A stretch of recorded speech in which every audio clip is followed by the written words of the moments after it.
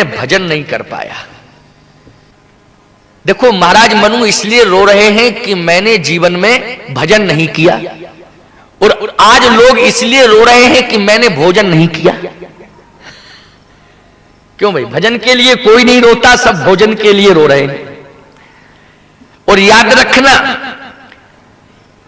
भोजन में मात्रा है लेकिन भजन में कोई मात्रा नहीं है। भजन में कहीं मात्रा लगी है? भाजा ना, यहां कोई मात्रा नहीं है इसमें, और भोजन में मात्रा है।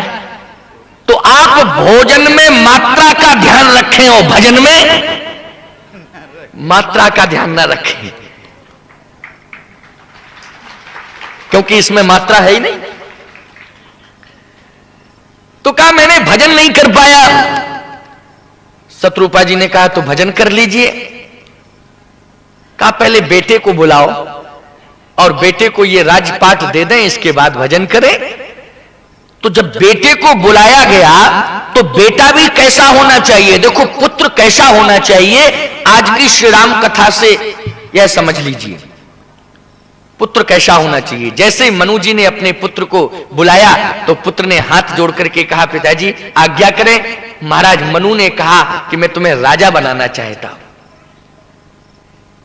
बेटे ने कहा कि आप जब तक जिंदा हैं तब तक मैं राजा नहीं बनूंगा, आपकी आज्ञा का पालन करते हुए राज्य का संचालन तो करूंगा लेकिन राजा नहीं बनूंगा।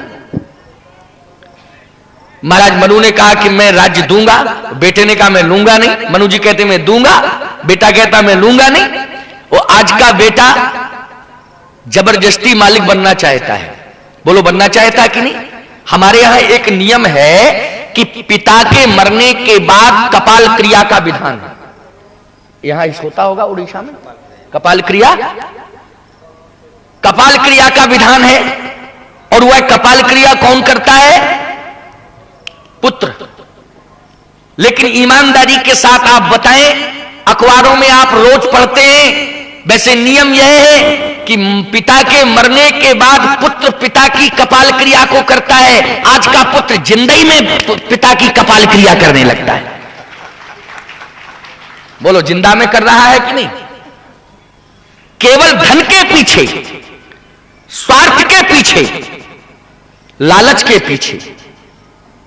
श्री राम कथा से संदेश मिल रहा है। महाराज मनु ने अपने बेटे को बुलाया, कहा बेटा राज्य ले लो। बेटा कहता है पिताजी जब तक आप जीवित हैं तब तक हम राज्य को स्वीकार नहीं करेंगे, आपकी आज्ञा का पालन करते हुए राज्य का संचालन तो करेंगे लेकिन राज सिंहासन को स्वीकार नहीं करेंगे। यह है मर्यादा। गोस्वामी जी कह रहे हैं बरबस, बरबस मानी है जबरदस्ती। बरबस मानी क्या है? जबरदस्ती। बेटा लेना नहीं चाहता है, बाप देना चाहता है। बरबस राज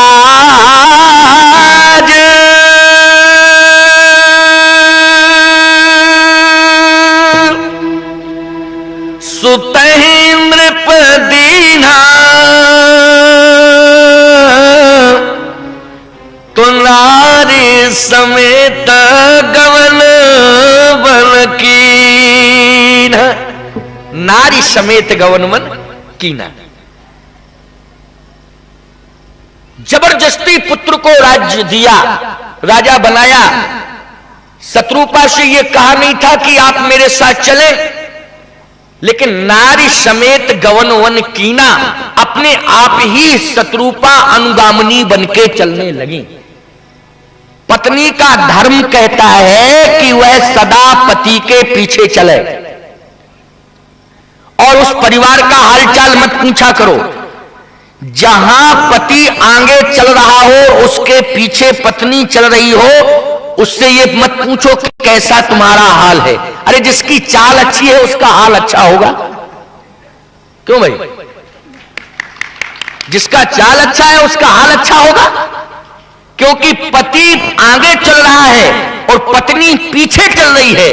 अरे हाल अगर पूछना है तो उसका पूछो कि जहां पत्नी आगे चल रही हो और पति पीछे पीछे भाग रहा हो, उसका हाल पूछो।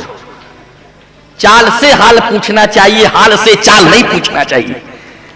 समझे कि नहीं? यहां देखें आप, कितनी सुंदर चाल है। बर बसराज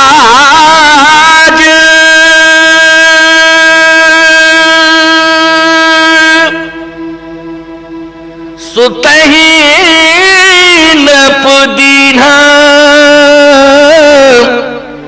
तो नारी समेत गवन वन की न।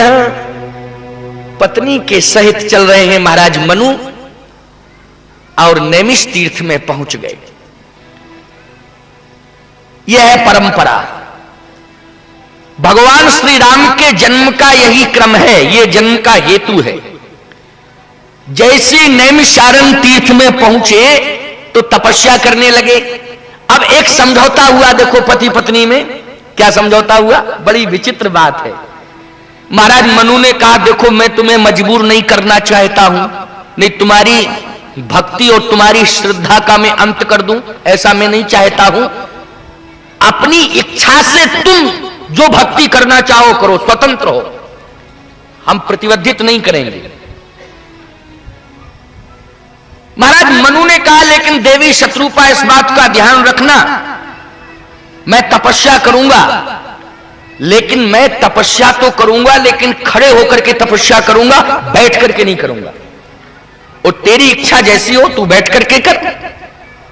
शत्रुपा जी ने कहा जब आप खड़े होकर के तपस्या करेंगे तो मैं भी खड़ी होकर के ही तपस्या करूंगी। महाराज मनु ने कहा कि मैं एक पैर केवल खड़े होकर के तपस्या करूंगा, तो शत्रुपा जी ने कहा कि मैं भी एक पैर केवल खड़ी होकर के तपस्या करूंगी।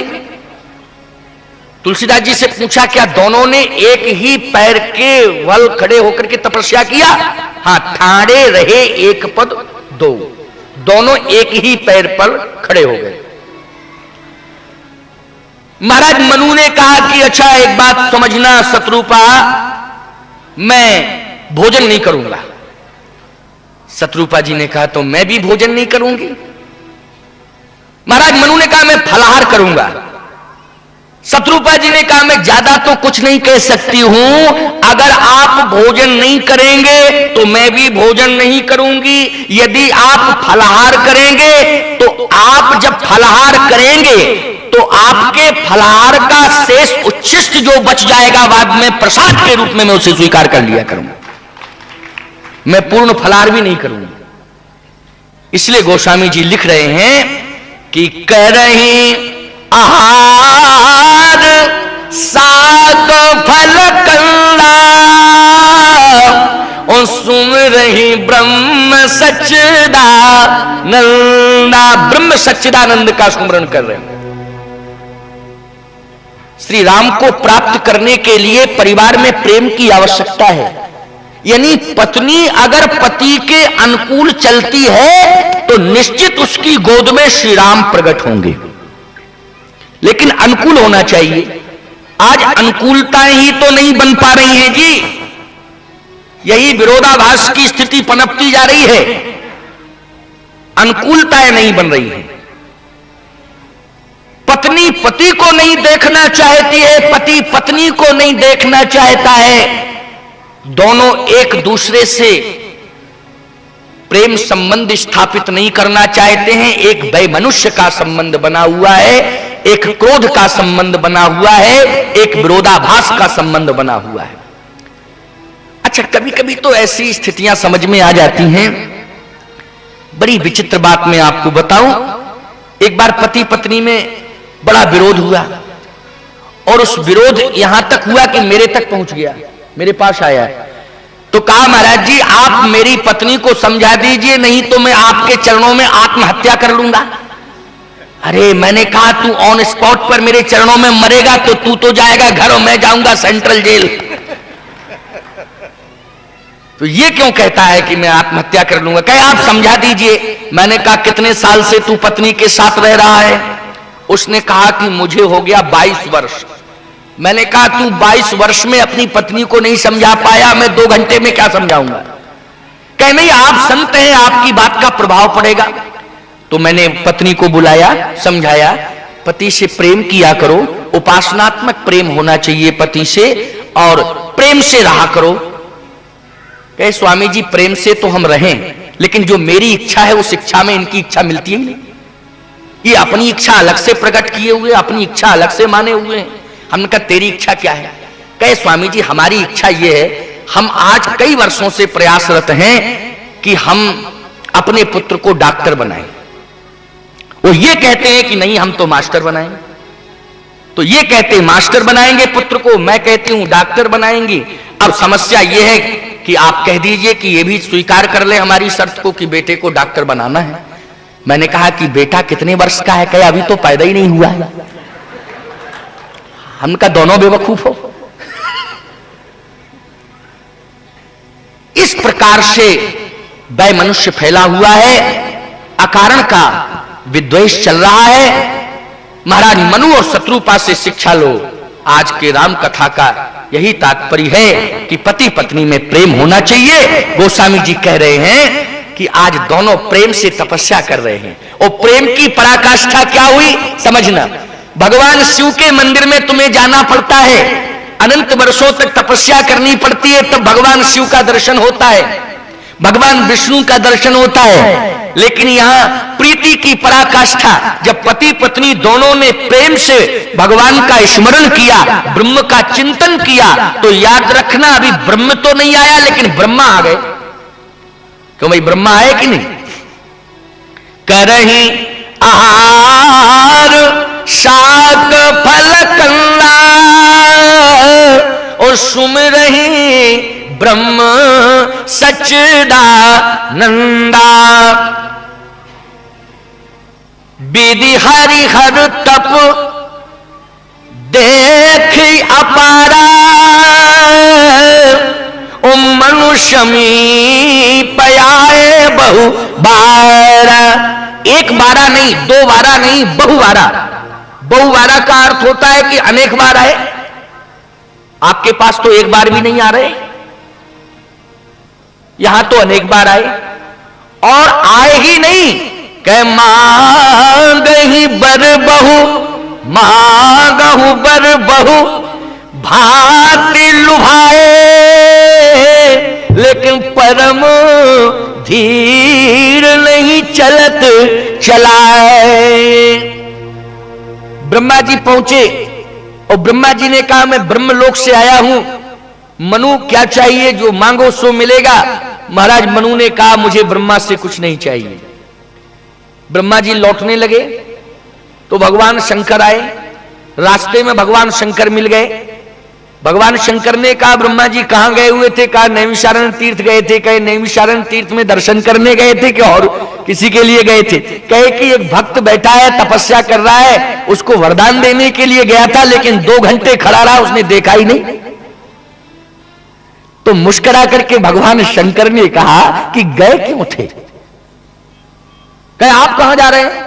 भगवान शंकर ने कहा मैं वहीं जा रहा हूं। क्यों जा रहे हैं आप? कहे उसको वरदान देने के लिए। कहे जब हम 2 घंटे खड़े रहे तो आप अपना प्रतिष्ठा खराब क्यों कर रहे हैं? आप वापस लौटो। वो किसी की ओर देखना ही नहीं चाहता है। भगवान शंकर ने कहा ब्रह्मा आपकी लोकप्रियता में और मेरी लोकप्रियता में बहुत अंतर है। 5.5 लाख ग्रामों में ऐसा कोई ग्राम नहीं होगा जहां 2-4 मंदिर मेरे एक गांव में ना बने हों, और पूरे भारत में अगर खोजा जाए तो बहुत कम मात्रा में। क्यों भाई? इधर पुष्कर चले जाओ तो भगवान ब्रह्मा का दर्शन हो जाएगा, ब्रह्मा जी का मंदिर बना होगा। क्यों भाई? और भी छोटी पूरी जगह में कहीं किसी ने बनवा रखा हो, लेकिन विचार करना 5.5 लाख ग्राम हैं इस भारत देश में, ऐसा कोई ग्राम होगा जिसमें 2-4 मंदिर भगवान शंकर के न बने हो? बोलो। और बहुत जल्दी प्रसन्न भी हो जाते हैं भोले बाबा, इतने जल्दी प्रसन्न हो जाते हैं। एक बार तो एक व्यक्ति मेरे पास आया और उसने कहा महाराज जी मैं बड़ा दुर्भाग्य हूं। मैंने कहा क्यों? क्या मेरे गांव में 2-2 एकड़ जमीन वाले लड़कों की शादियां हो गई, और मेरे पास 100 एकड़ जमीन है और 46-47 साल का हो चुका हूं, अभी तक विवाह नहीं हुआ, और किसी बात की कोई कमी नहीं। तो आप मुझे ऐसा आशीर्वाद दो कि मेरा विवाह हो जाए, कम से कम वंश परंपरा नष्ट ना हो, इसलिए आप आशीर्वाद दे दो। मैंने कहा कि तू मेरे पास आया, मेरे कोटे में ये प्रावधान है ही नहीं। क्यों भाई? इसलिए ऐसे के पास जाओ जहां विवाह वाला कोटा हो, वहां से मिलेगा। तो कहे महाराज ऐसे कौन है? हमने कहा एक काम करो, देवता तो सब बहुत अच्छे अच्छे हैं, लेकिन भगवान शंकर बड़े दयालु कृपालु हैं, आशीर्वाद दे देंगे, तुम्हारा काम हो जाएगा। कहे क्या करना पड़ेगा? हमने कहा उपासना करना, गंगा जल चढ़ा देना और ज्यादा कुछ नहीं चढ़ाना। एक धतूर का फल होता है ना, आपके यहां क्या कहते हैं उसको? धतूरा बोलते, दूधरा, दूधरा का फल हमको चढ़ा देना और बस ध्यान करना। एक दिन नहीं, 2 दिन नहीं, तीसरे दिन भगवान शंकर प्रकट हो जाएंगे और आशीर्वाद दे देंगे, विवाह हो जाएगा तेरा। और मैंने कहा सुन, बुरा मत मानना, भगवान शंकर बहुत जल्दी प्रसन्न होते हैं, तू चला जा। जैसे वो गया, उसने 1 दिन, 2 दिन, तीसरे दिन भगवान शंकर प्रकट होके बोले मांग बर, मांग बर। उसने माथा रख लिया, माथे पर हाथ रख लिया। भगवान शंकर ने कहा ये माथे पर तूने हाथ क्यों रखा?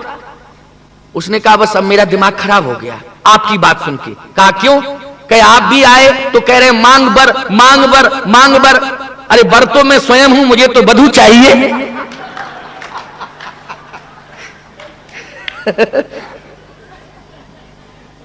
वो वापस मेरे पास आ गया।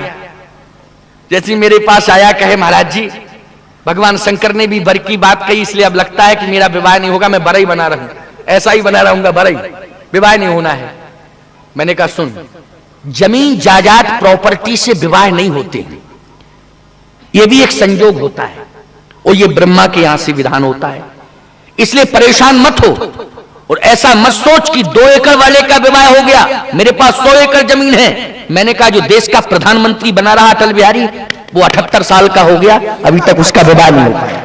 और जो राष्ट्रपति बना बैठा है कलाम, उसकी उम्र भी 78 वर्ष की हो चुकी, लेकिन अभी तक विवाह नहीं हुआ। हम कि विवाह को बहुत सस्ता मत समझा करो, इसलिए अपने भाग्य को दुर्भाग्य में मत बदलो।